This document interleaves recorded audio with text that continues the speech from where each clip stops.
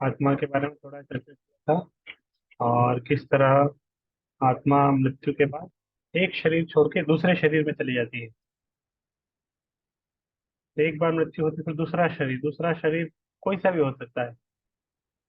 पेड़ का हो सकता है, मनुष्य का हो सकता है, कोई पशु के रूप में हो सकता है, आ, पक्षी के रूप में हो सकता है, जलचर के रूप में हो सकता है।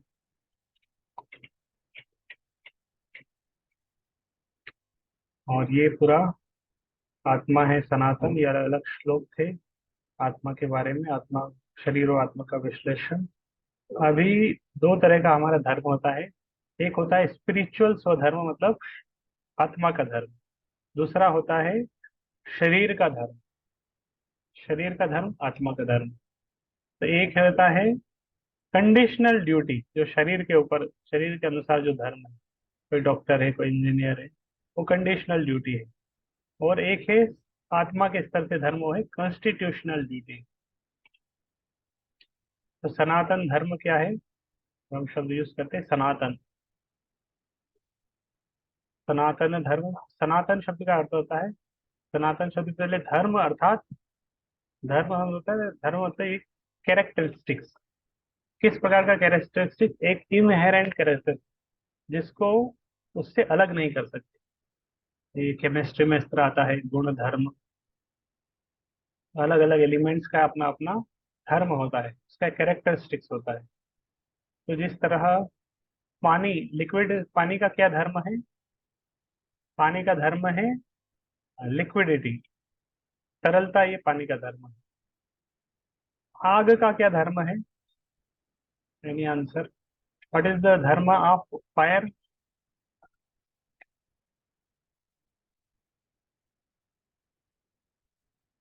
आग का क्या धर्म है? मतलब कोई ऐसा कैरेक्टरिस्टिक्स फायर का जो उससे अलग नहीं कर सकते। फायर का ऐसा कैरेक्टरिस्टिक जो उसके अंदर इनहेरेंट है, उससे हम अलग नहीं कर सकते। तो ज्वलन, यस। उष्मा देना, हीट, ताप, उष्मा, ताप देना, जलाना, ये उसका कैरेक्टरिस्टिक्स है, उसको हम अलग नहीं कर सकते। स्वीट, नहीं, शकर का क्या धर्म है? स्वीटनेस, ये शकर का धर्म है। स्वीटनेस को हम शकर से अलग नहीं कर सकते। कोई शकर है लेकिन वो स्वीट नहीं है, तो वो शकर नहीं है। मीठापन, यस। तो इस तरह ये शब्द धर्म का अर्थ होता है। धर्म शब्द का ये अर्थ है। इस तरह आग क्या है? हीट एंड लाइट, लाइट भी उसका एक धर्म है। आग जहाँ है, लाइट आएगी, उष्मा आएगी, प्रकाश होगा। तो ये इसका धर्म है, मतलब उसको उससे अलग कर नहीं सकते। नमक का खारापन है, आग से गर्मी और प्रकाश को अलग नहीं किया सकता। तो इस तरह इसमें लिखा ही है धर्म का अर्थ। तो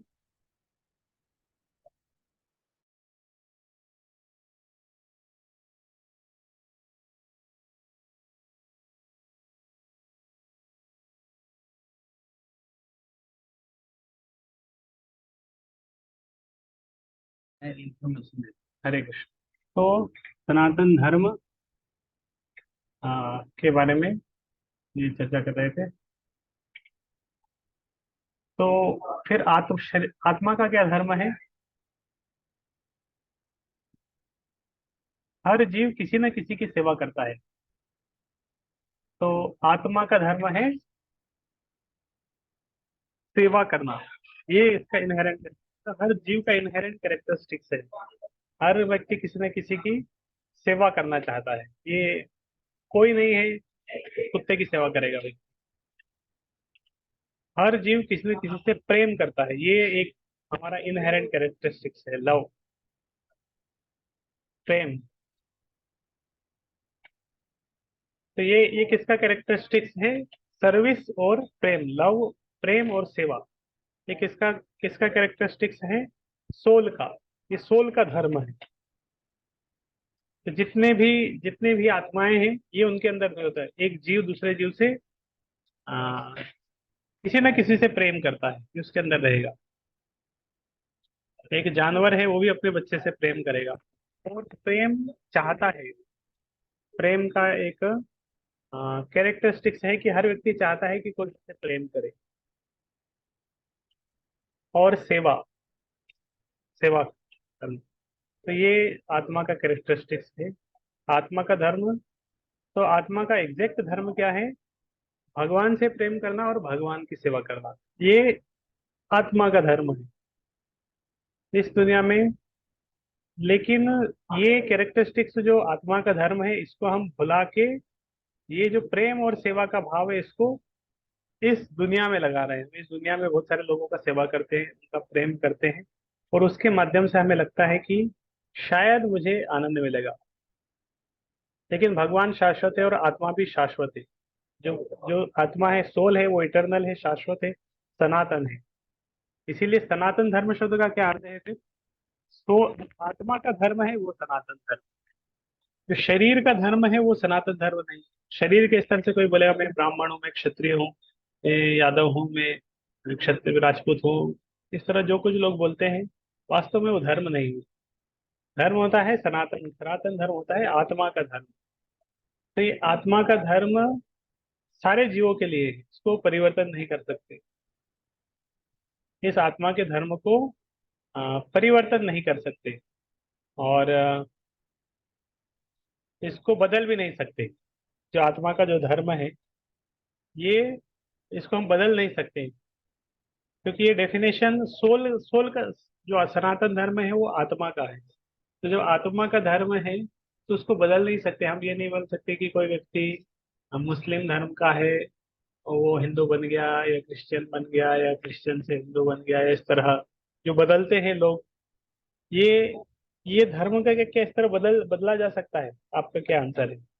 जो कन्वर्जन होता है कोई एक धर्म से दूसरा धर्म, जो हम जिसको हम बोलते हैं कि ये धर्म है, हिंदू मुस्लिम बुद्ध ईसाई क्रिश्चियन, बहुत सारे जो धर्म हम बोलते हैं, वो इंग्लिश में उसको हम रिलीजन बोलते हैं। और इंग्लिश में रिलीजन मतलब religion is a kind of faith, वो एक प्रकार का श्रद्धा है। तो अमितांशु बताए धर्म तो सनातन है, बाकी केवल पथ है। यस, पथ बोल सकते हैं। ये एक प्रकार का, रिलीजन को डिक्शनरी में बताते हैं कि it is a kind of faith, वो एक प्रकार का श्रद्धा है, पंथ है, श्रद्धा है। तो वो पंथ, जो फेथ है वो चेंज हो सकता है, लेकिन जो धर्म है वो चेंज नहीं होगा। तो वो चेंज हो जाता है।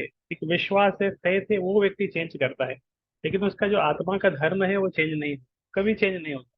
वो सब जीवों जीवों के लिए सेम ही, मनुष्य नहीं, जितने भी जीव हैं, आत्माएं हैं, सबका एक ही धर्म है। वो सबका एक धर्म क्या है? वो आत्मा शाश्वत है और भगवान शाश्वत है, और दोनों के बीच का जो रिलेशनशिप है वो प्रेम पूर्ण संबंध है। आत्मा और परमात्मा के बीच में जो संबंध है वो लविंग रिलेशनशिप है, प्रेम का संबंध है, और वो भी इटर्नल है, वो शाश्वत है। तो वो शाश्वत प्रेम करना, उस प्रेम वाले रिलेशनशिप में आदान प्रदान करना, यही धर्म है। भगवान के प्रति शाश्वत प्रेम और सेवा को सनातन धर्म कहा जाता है। इसीलिए बाकी धर्म हम देखते हैं ना, अलग अलग धर्म, वो सबका कुछ डेट होता है कि ये धर्म कोई 1,500 साल शुरू पहले हुआ, ये 2,000 साल पहले शुरू हुआ। लेकिन सनातन धर्म का कोई डेट नहीं है कि ये आज से 5,000 साल पहले शुरू हुआ या 10,000 साल पहले। ये सृष्टि के शुरुआत से है, इसका कोई बिगिनिंग नहीं है। जिस तरह भूलने की बीमारी से पीड़ित व्यक्ति अपने माता पिता और रिश्तेदारों को भूल जाता है, वैसे ही हम भगवान के प्रति अपने प्रेम और सेवा को भूल चुके हैं। तो हमारा जो स्वभाव है, जो धर्म है, हम उसको भूल गए हैं। भगवान के अस्तित्व को नकारते हैं, भगवान से प्रेम नहीं करते, सेवा नहीं करते। तो लोग वो सनातन धर्म से विमुख हो गए हैं। इस दुनिया के अस्थायी झूठे रिश्ते जो समय के साथ समाप्त हो जाते हैं, अलग अलग स्तर में केंद्रित होते हैं। पति पत्नी, परिवार केंद्रित, धन केंद्रित, काम केंद्रित, संपत्ति केंद्रित, भोग विलास केंद्रित, अलग अलग केंद्र होते हैं हमारे रिलेशनशिप का। लेकिन जो आध्यात्मिक आनंद है, भगवान के प्रति सेवा, जो जो स्वधर्म है, वो भगवान के प्रति सेवा और प्रेम का धर्म है। निर्धारित कर्म करना, और उसमें केंद्र में कौन होता है? भगवान रहते हैं। तो ये दूसरे अध्याय का 31 नंबर श्लोक से हम आगे पढ़ रहे हैं ना आज। 30 नंबर श्लोक तक पढ़ लिया था। 31 नंबर श्लोक से जो नेक्स्ट जो पार्ट है वो ये है। भगवान ने पहले आत्मा के बारे में बताया, आत्मा का गुण धर्म कैरेक्टरिस्टिक्स बताया। अब शरीर के स्तर से अर्जुन को समझा रहे हैं। शरीर के स्तर से अर्जुन को समझाएंगे। कौन सा शरीर के स्तर से अर्जुन का धर्म क्या है, क्षत्रिय वाला। तो पहले आत्मा के स्तर से बताया कि युद्ध करो। अब अर्जुन को बताएंगे तुम क्षत्रिय हो, तुम्हें युद्ध करना चाहिए। 31 नंबर श्लोक। स्वधर्ममपि चावेक्ष न विकम्पितुम अर्हसि धर्म्याधियुद्ध अन्य क्षत्रियस्य न विद्यते। क्षत्रिय होने के नाते अपने विशिष्ट धर्म का विचार करते हुए तुम्हें जानना चाहिए कि धर्म के लिए युद्ध करने से बढ़कर तुम्हारे लिए अन्य कोई कार्य नहीं है। अतः तुम्हें संकोच करने की आवश्यकता नहीं है। तो अर्जुन युद्ध करने में संकोच कर रहा था ना, कि मैं युद्ध कैसे करूं, युद्ध से पीछे हट जाऊं, मैं भिक्षा मांग लूं, मुझे ये सब नहीं चाहिए। लेकिन भगवान बोले कि तुम क्षत्रिय हो। अगर तुम ब्राह्मण होते या वैश्य होते और फिर तुम अगर बोलते कि नहीं मुझे युद्ध नहीं करना, वो बात अलग थी। लेकिन क्षत्रिय होने के नाते ये तो तुम्हारा धर्म है युद्ध करना। एक आर्मी सोल्जर अगर बॉर्डर पे बोले नहीं, मैं मुझे मुझे फाइट नहीं करना, मुझे युद्ध नहीं करना, इससे तो हत्या होती है, ये हिंसा है, वायलेंस है, वो सब ठीक है जो बोल रहा है। लेकिन वो सोल्जर बॉर्डर पे जो उसका उसका ड्यूटी है हिंसा करना। जो एक सैनिक है उसका उसका ड्यूटी ही बॉर्डर पे है कि वो शस्त्र उठाए, वो हिंसा हिंसा करे, शस्त्र उठाए, लड़े। यही उसका ड्यूटी है। क्योंकि वो अगर हिंसा नहीं करेंगे तो और हिंसा होगी। अगर आर्मी का कोई सोल्जर है, वो अगर हिंसा नहीं करेगा, वो शस्त्र नहीं उठाएगा, लड़ेगा नहीं, क्रोध नहीं करेगा, तो और जो बाकी देश की सेना है या टेररिस्ट है टाइप की एक्टिविटी और बढ़ जाएंगी, तो उससे हिंसा और बढ़ेगी। तो वो टेररिस्ट एक्टिविटी को रोकने के लिए सैनिक को, देश के सैनिक को हिंसा करनी पड़ती है।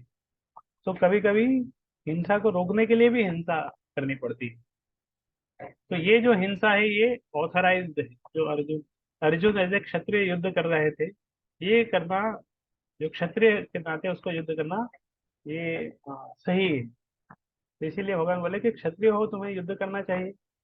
और धर्म के लिए युद्ध करने से बढ़कर तुम्हारे लिए अन्य कोई उपाय नहीं है। तुम तो हमें क्षत्रिय धर्म के लिए युद्ध कर रहे हो।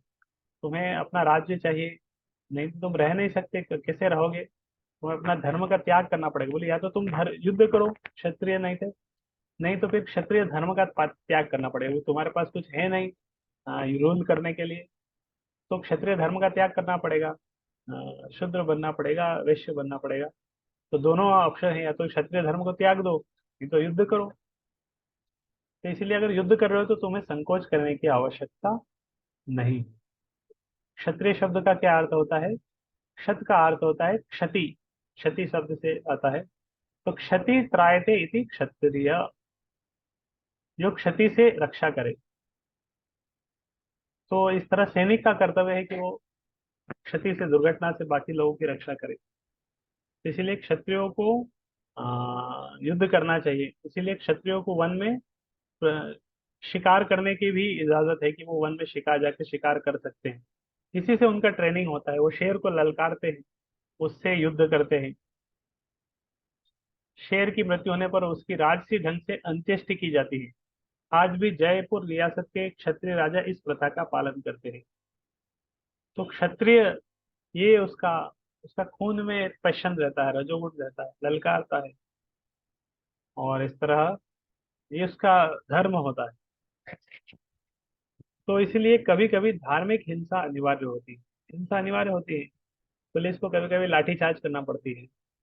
लेकिन वो लाठीचार्ज इसलिए करते हैं ताकि अ, बाकी लोग और हिंसा ना करें। तो हिंसा को रोकने के लिए भी हिंसा की आवश्यकता होती है।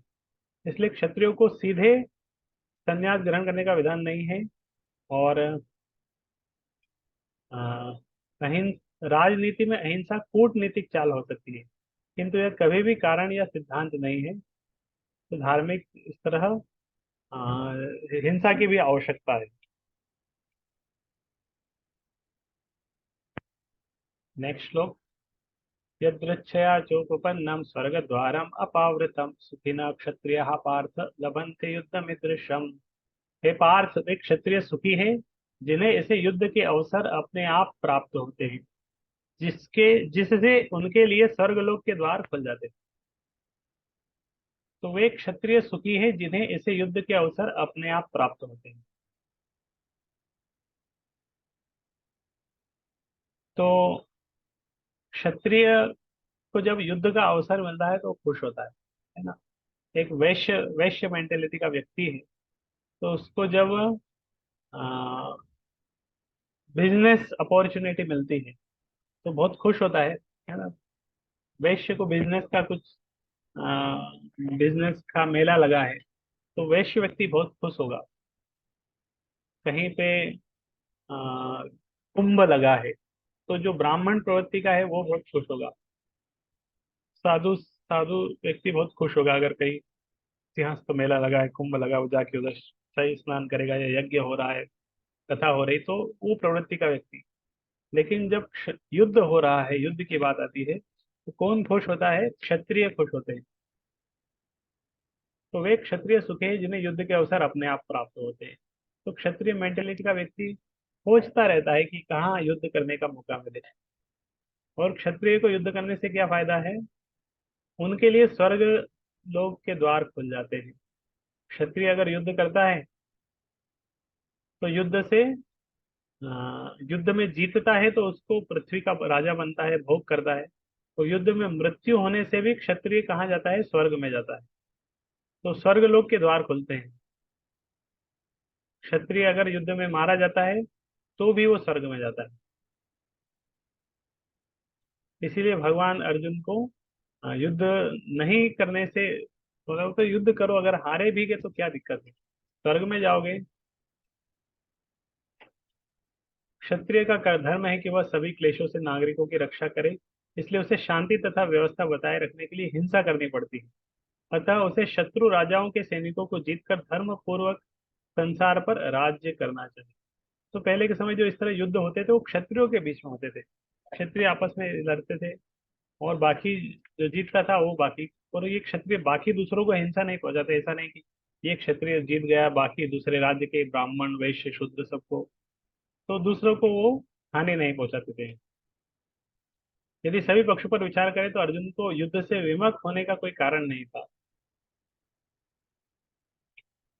तो युद्ध में अगर अर्जुन जीतता या हारता, दोनों में उसकी लाभ ही था।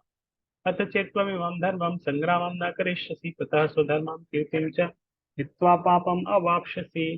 किंतु यदि तुम युद्ध करने के स्वधर्म को संपन्न नहीं करते तो तुम्हें निश्चित रूप से अपने कर्तव्य की उपेक्षा करने का पाप लगेगा और तुम योद्धा के रूप में भी अपना यश खो दोगे। तो अर्जुन को बोला कि तुम युद्ध करने के स्वधर्म को संपन्न नहीं करोगे, स्वधर्म को संपन्न नहीं करोगे तो निश्चित रूप से तुम्हें कर्तव्य की उपेक्षा करने का पाप लगेगा। तो अर्जुन से बोले थे अगर तुम क्षत्रिय हो, युद्ध नहीं करोगे तो तुम्हें पाप लगेगा। अर्जुन पहले बोल रहा था कि ये सबसे अगर हम युद्ध करेंगे, युद्ध में मारे जाएंगे तो मुझे पाप लगेगा। अर्जुन ने पहले अध्याय में बोला था ना कि पाप लगेगा, या हम ऐसा युद्ध करेंगे, इन लोगों को मारेंगे तो मारने से पाप लगेगा। लेकिन यहाँ भगवान बोल रहे हैं कि तुम क्षत्रिय होने के नाते अपने स्वधर्म को संपन्न नहीं करोगे तो इससे तुम्हें पाप लगेगा। तुम कर्तव्य की उपेक्षा कर रहे हो, योद्धा के रूप में भी अपना यश खो दोगे तो तुम्हें पाप तो लगेगा। और अब तुम्हारा यश भी कम हो जाएगा, तुम्हारे फॉलोवर्स भी कम हो जाएंगे। लोग तुम्हें लाइक नहीं करेंगे, डिसलाइक करने लगेंगे, नेगेटिव कमेंट्स करेंगे, तुम्हारे सब्सक्राइबर नहीं बढ़ेंगे, तुम्हारी फेम कम हो जाएगी, फॉलोवर्स कम हो जाएंगे, नेगेटिव कमेंट्स आएंगे। तो कैसा लगता है किसी व्यक्ति, कोई व्यक्ति बहुत फेमस है, कभी वो कुछ करता है बहुत पॉजिटिव कमेंट्स आते हैं, लेकिन एकदम से पूरे सारे उसके फॉलोवर्स नेगेटिव कमेंट्स करने लगेंगे, कितना बुरा लगेगा। आप सोच सकते हो कि आपके सारे फॉलोअर्स है कहीं पे, एकदम से आपको पूरी तरह नेगेटिव नेगेटिव कमेंट्स करने लगेंगे तो कितना बुरा लगेगा। कर्तव्य की उपेक्षा करेगा अगर अर्जुन, इस तरह युद्ध से पीछे हटेगा तो सब योद्धा के रूप में उसका यश चले जाएगा और नेगेटिव कमेंट्स आएंगे। अर्जुन विख्यात योद्धा था जिसने शिव आदि अनेक देवताओं से युद्ध करके यश, भगवान शिव से भी वो युद्ध किया था। हारा नहीं था उसमें। और इसीलिए उसको पाशुपात अस्त्र प्राप्त हुआ था शिव जी से। तो सब जानते थे कि एक महान योद्धा है। द्रोणाचार्य ने उससे विशेष अस्त्र प्रदान किए थे। और तो इस तरह वो एक बहुत बड़ा योद्धा था। तो उसकी उसका अगर फॉलोवर, उसकी फेम कम हो जाती, प्रसिद्धि कम हो जाती, तो लोग वो करते हैं उसको। बहुत कष्ट होता है नेगेटिव कमेंट। ये 34 में वही श्लोक में वही बताया, कीर्तिम चापि भूतानि कथयिष्यन्ति ते व्ययाम संभावित चा कीर्तिर मरणादतिरिच्यते। लोग सदैव तुम्हारे अपयश का वर्णन करेंगे, और सम्मानित व्यक्ति के लिए अपयश तो मृत्यु से भी बढ़कर है। तो भगवान ने बोले बोले, लोग सदैव तुम्हारे अपयश का वर्णन करेंगे, बहुत नेगेटिव कमेंट्स करेंगे तुम्हें। अर्जुन, अपयश हो जाएगा तुम्हारा, तुम्हारी कीर्ति। कोई व्यक्ति है, कोई स्टूडेंट है, हमेशा उसके 9 पॉइंटर आते हैं, 9, 9.5, 10 पॉइंटर इस तरह आते हैं। एकदम से उसके अगर 5 पॉइंटर आ जाएंगे, वो 5 पॉइंट समवन की कैटेगरी में आ जाएगा, तो उसका कितना अपयश हो जाएगा, कितनी उसकी बेइज्जती होगी, कितना उसको बुरा लगेगा। लेकिन ऑलरेडी अगर किसी के 5 पॉइंट समवन आ रहे हैं, उसको कोई कष्ट नहीं। लेकिन किसी के अगर 10 से गिर के फिर 5 पॉइंट समवन आएंगे, तो उसको बहुत कष्ट होगा। इसी तरह अर्जुन को बोले तुम्हें बहुत कष्ट होगा। और कितना कष्ट होगा, इतना कष्ट होगा, इतना कष्ट होगा, अपयश तो मृत्यु से भी बढ़कर है। उन्होंने बोला कि इतना कष्ट होगा, मृत्यु से भी बढ़कर कष्ट होगा। इसीलिए होता है, रिजल्ट आता है एकदम से।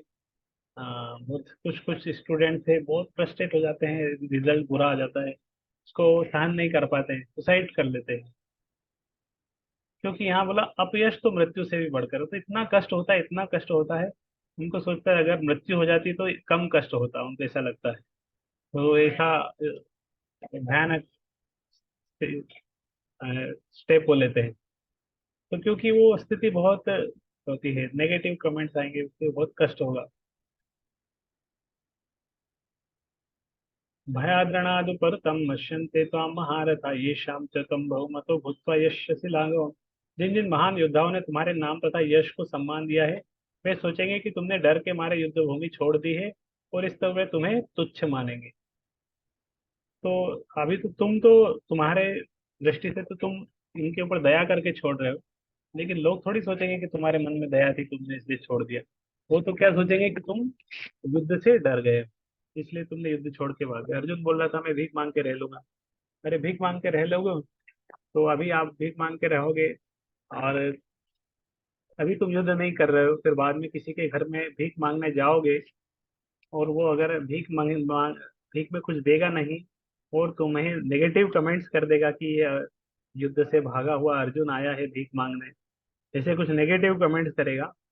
तो अभी तुम क्रोध नहीं कर रहे हो इन लोगों के प्रति, लेकिन उस समय तुम क्रोध करने लगोगे, जब तुम भीख मांगने जाओगे और कुछ लोग तुम्हें कुछ बोलेंगे, कमेंट करोगे, तो तुम सहन नहीं कर पाओगे। अभी तुम बोल रहे हो कि मैं गांडी छोड़ देता हूँ, युद्ध नहीं करूंगा। लेकिन जब भीख मांगने में जाओगे ना, क्योंकि तुम क्षत्रिय हो, तुम्हारा स्वभाव क्षत्रिय का है, सहन नहीं कर पाओगे। तो भीख मांगने जाओगे, कोई कुछ बोल दिया, भीख उस समय कमेंट कर दिया, उससे तुम लड़ने लग जाओगे, है ना, क्योंकि उसका स्वभाव क्षत्रिय का है, सहन नहीं कर पाएगा। तो इसलिए उस समय लड़ोगे, उससे अच्छा अभी लड़ लो। लेकिन ये तुम्हारा स्वभाव ही लड़ना है, तो सहन नहीं कर पाओगे। भीख मांग के अर्जुन रह नहीं सकता, वो क्षत्रिय है। तो इसीलिए और तुम क्षत्रिय होके अगर इस तरह पीछे हटोगे, लोग सोचेंगे कि तुम डर के मारे युद्ध तुम्हें छोड़ के भाग गए। तुम्हारे शत्रु अनेक प्रकार के कटु शब्दों से तुम्हारा वर्णन करेंगे, और तुम्हारी सामर्थ्य का उपहास करेंगे। तुम्हारे लिए इससे दुखदाई और क्या हो सकता है। फिर से वही एक ही पॉइंट आ रहा है अलग अलग जगह। शत्रु या जो भी लोग हैं, फॉलोअर्स, कटु शब्दों में बहुत नेगेटिव कमेंट्स करेंगे। इतने नेगेटिव कमेंट्स आएंगे, तो और तुम्हारी सामर्थ्य का उपहास करेंगे, तुम्हारी निंदा करेंगे। आ, और ये सब सारी बातें जब तुम्हारे कानों में आएगी, तो ये बहुत दुखदाई होगी, बहुत पीड़ा लगेगी ये नेगेटिव कमेंट्स से। क्योंकि इतने सालों से तो तुम हमेशा, लोग तुम्हारी प्रशंसा कर रहे हैं, तुम्हें लाइक्स करते हैं, अच्छे अप्रिशिएट करते हैं, लेकिन एकदम से जब सारे फॉलोवर्स नेगेटिव टर्न हो जाएंगे तो ये बहुत दुखदाई लगेगा। जब इतने नेगेटिव कमेंट्स आएंगे सहन नहीं कर पाओगे। फिर अर्जुन को बोला, हतो वा प्राप्स्यसि स्वर्गम जित्वा वा भोक्ष्यसे महिम तस्मात् उत्तिष्ठ कौन्तेय युद्धाय कृत निश्चय। हे कुंती पुत्र, तुम यदि युद्ध में मारे जाओगे तो स्वर्ग प्राप्त करोगे, या यदि तुम जीत जाओगे तो पृथ्वी के साम्राज्य का भोग करोगे। अतः दृढ़ संकल्प करके खड़े हो और युद्ध करो। तो अर्जुन को बोला कि युद्ध में मारे जाओगे तो स्वर्ग मिलेगा, जीत जाओगे तो पृथ्वी का साम्राज्य मिलेगा। तो इसीलिए तुम्हारा नुकसान है ही नहीं। अगर युद्ध करने में तुम्हारा दोनों तरह तरीके से नुकसान नहीं, युद्ध नहीं करोगे तो फिर किसी भी तरह तुम्हारा कोई फायदा नहीं है। इसीलिए दृढ़ संकल्प हो जाओ और युद्ध करो। हारोगे तो भी तुम्हारी जीत है, जीतोगे तो जीत है ही। तो दोनों में तुम्हारी विजय है। सुख दुखे समय कृत्वा लाभा लाभो जया जयो ततो युद्धाय युज्यस्य एवं पापम अवाप्स्यसि। इसीलिए तुम सुख दुख ये मत सोचो कि युद्ध करने से जीतूंगा सुख मिलेगा, हार जाएंगे दुख मिलेगा। सुख दुख को पीछे छोड़ दो, हानि लाभ को भी पीछे छोड़ दो, विजय या पराजय को भी पीछे छोड़ दो। विजय होगा तो भी युद्ध करो, पराजय लग रहा है तो भी युद्ध करो। ये सारे विचार छोड़ दो। तुम ये बिना युद्ध के लिए युद्ध करो, तुम्हें बस युद्ध करना है। ऐसा करने पर तुम्हें कोई पाप नहीं लगेगा। तो किस कौन भगवान स्वयं बोल रहे हैं कि अगर अर्जुन युद्ध करता है, क्रोध करता है, शत्रु को मारता है तो उससे कोई पाप नहीं लगेगा। इस भाव से अगर वो युद्ध करेगा तो उसे कोई पाप नहीं लगेगा। कि भगवान की इच्छा है इस तरह युद्ध करे अर्जुन।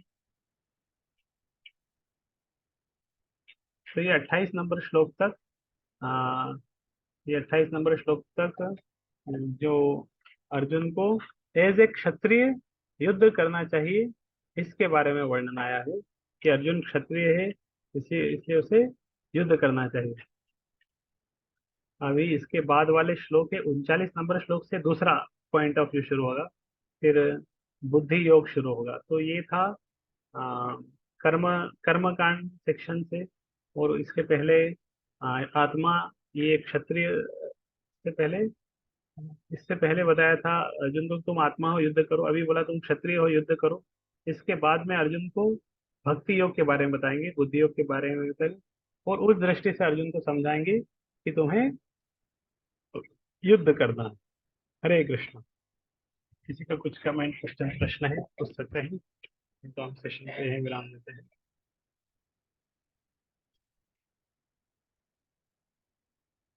ठीक है, तो हम सेशन को यहीं